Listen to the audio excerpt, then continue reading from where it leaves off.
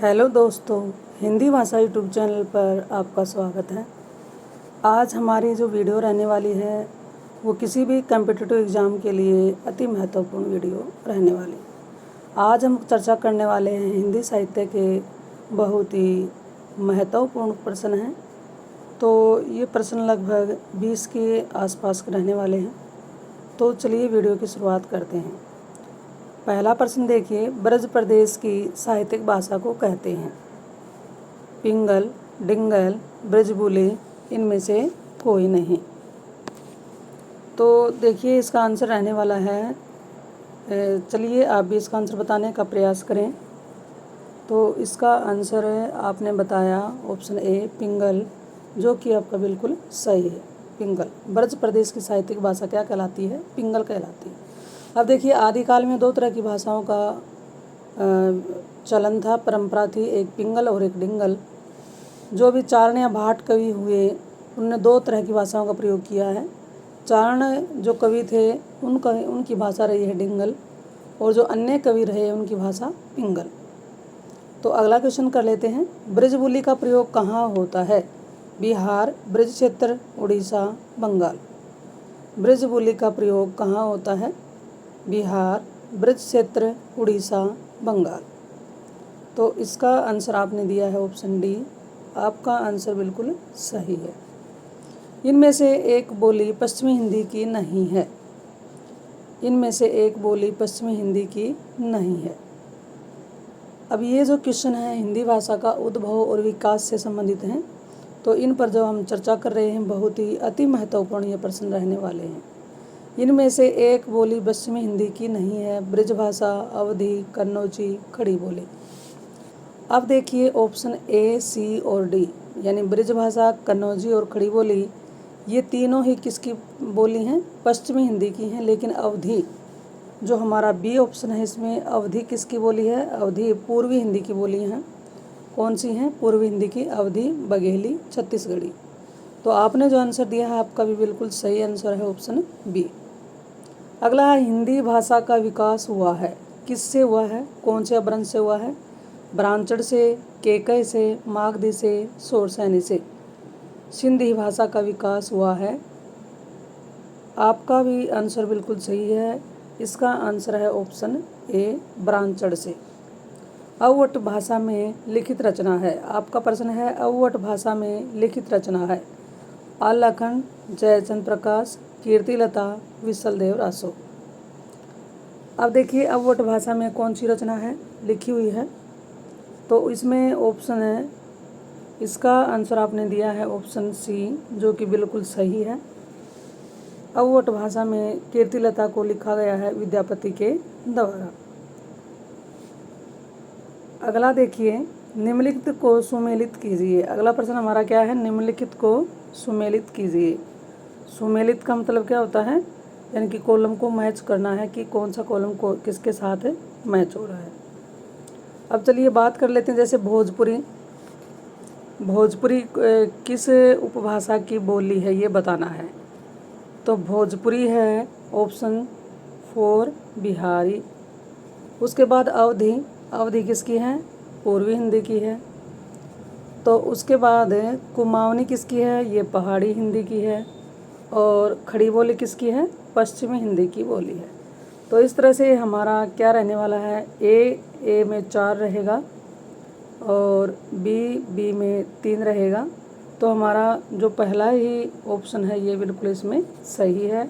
और आप में से अधिकतर ने यही इसका आंसर दिया है, जो कि बहुत ही लाजवाब इसका उत्तर आपने दिया है। अब चलिए अगले प्रश्न की बात कर लेते हैं। हिंदी की कुल कितनी बोलियां हैं? 16, 18, 20, 22। हिंदी की कुल कितनी बोलियां हैं? तो इसका आंसर आपने दिया है 18, जो कि बिल्कुल ही सही है। चलिए अगले क्वेश्चन पर चलते हैं। अगला क्वेश्चन हमारा है, इनमें से कौन सी बोली राजस्थान की नहीं है? तो इसमें देखिए इनमें से कौन सी बोली राजस्थान की नहीं है ये बताना है। तो मारवाड़ी, बुंदेली, मेवाती, मालवी। अब मारवाड़ी, मेवाती और मालवी तीनों किसकी हैं? ये राजस्थानी की हैं। और जैसा कि आपने बताया कि बुंदेली नहीं है, बुंदेली क्यों नहीं है? क्योंकि बुंदेली किसकी है? पश्चिमी हिंदी की एक बोली। चलिए अगले क्वेश्चन पर चलते हैं। अगला हमारा क्वेश्चन है, अपभ्रंश के प्रथम महाकवि कौन थे? हेमचंद्र, सोमप्रभ, प्रभुसूरी, स्वयंभू, रामचंद्र। अपभ्रंश के प्रथम महाकवि कौन थे? बड़ा ही इम्पोर्टेंट क्वेश्चन है। कई बार ये कम्पिटिटिव एग्जाम में आ भी जाता है और आया हुआ देखा भी गया है। अपभ्रंश के प्रथम कवि कौन माने जाते हैं? इसका आंसर रहने वाला है ऑप्शन सी, स्वयंभू। नेक्स्ट क्वेश्चन हमारा रहने वाला है, क्वेश्चन है आचार्य रामचंद्र शुक्ल के अनुसार हिंदी का आविर्भाव किससे माना जाता है? अब देखिए, आचार्य रामचंद्र शुक्ल बहुत बड़े साहित्यकार हुए हैं, तो इनकी जितनी भी रचनाएं हैं बड़ी ही इम्पोर्टेंट रहने वाली हैं, तो ध्यान से समझे। आचार्य रामचंद्र शुक्ल के अनुसार हिंदी साहित्य का आविर्भाव किससे माना जाता है? ऑप्शन है प्राकृत से, संस्कृत से, पाली से, अपभ्रंश से।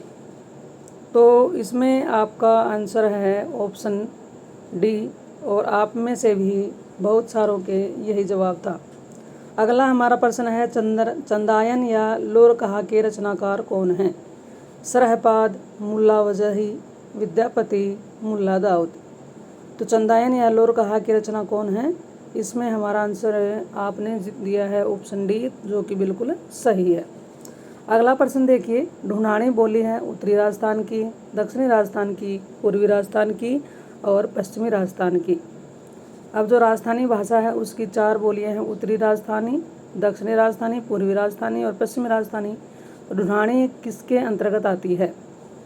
तो आपका आंसर अगर सी है तो बिल्कुल सही है। ढूंढानी किसके अंतर्गत आती है? ये पूर्वी राजस्थानी के अंतर्गत आती है, जिसे हम जयपुरी के नाम से भी जानते हैं। नेक्स्ट क्वेश्चन की बात कर लेते हैं। अगला हमारा क्वेश्चन रहने वाला है, राजस्थानी का उद्भव किस क्षेत्रीय अपभ्रंश से हुआ है? ये बताना है। राजस्थानी का उद्भव किस क्षेत्रीय अपभ्रंश से हुआ है? मागधी, शोरसैनी, महाराष्ट्री, ब्राह्मण। तो इसमें आपने आंसर दिया ऑप्शन बी, जो कि बिल्कुल सही है, शोरसैनी से। अगला है, चारण काव्य की भाषा है, जैसे कि पहला क्वेश्चन आया था वही इसका उसी से मिलता जुलता है। चारण काव्य की भाषा है ब्रज भाषा, अवहट, प्राकृत, डिंगल। तो इसमें आपका लगभग सभी का आंसर ऑप्शन डी रहा, डिंगल। अगला है, विद्यापति की पदावली की भाषा है। पदावली किसके द्वारा रचित है? विद्यापति के द्वारा। इसकी भाषा कौन सी है? मैथिली, भोजपुरी, संस्कृत, अवहट। तो विद्यापति ने पदावली की रचना की थी मैथिली में, तो इसका आंसर ऑप्शन ए, और आपका भी आंसर यही है, जो कि बहुत ही अच्छा आप जवाब दे रहे हैं। अगला क्वेश्चन कर लेते हैं। अगला हमारा क्वेश्चन है, देखिए, उक्ति व्यक्ति प्रकरण किसकी रचना है? बहुत ही इम्पोर्टेंट है ये हिंदी साहित्य में। आदिकाल के लगभग हिंदी भाषा का उद्भव और विकास कर रहे हैं। उक्ति व्यक्ति प्रकरण किसकी रचना है? जोइंदू, दामोदर, रोड़ा, ज्योतिरेश्वर ठाकुर।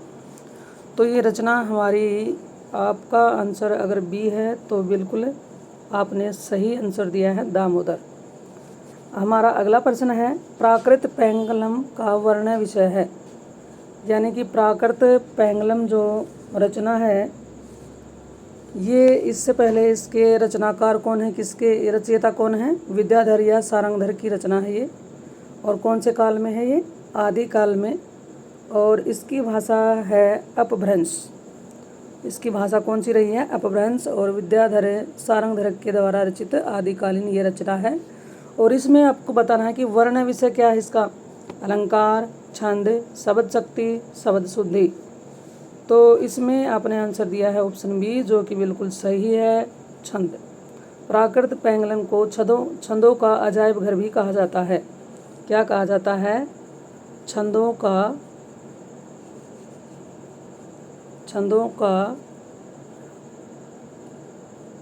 अजायब घर, जो कि बहुत ही इम्पोर्टेंट क्वेश्चन बनता है।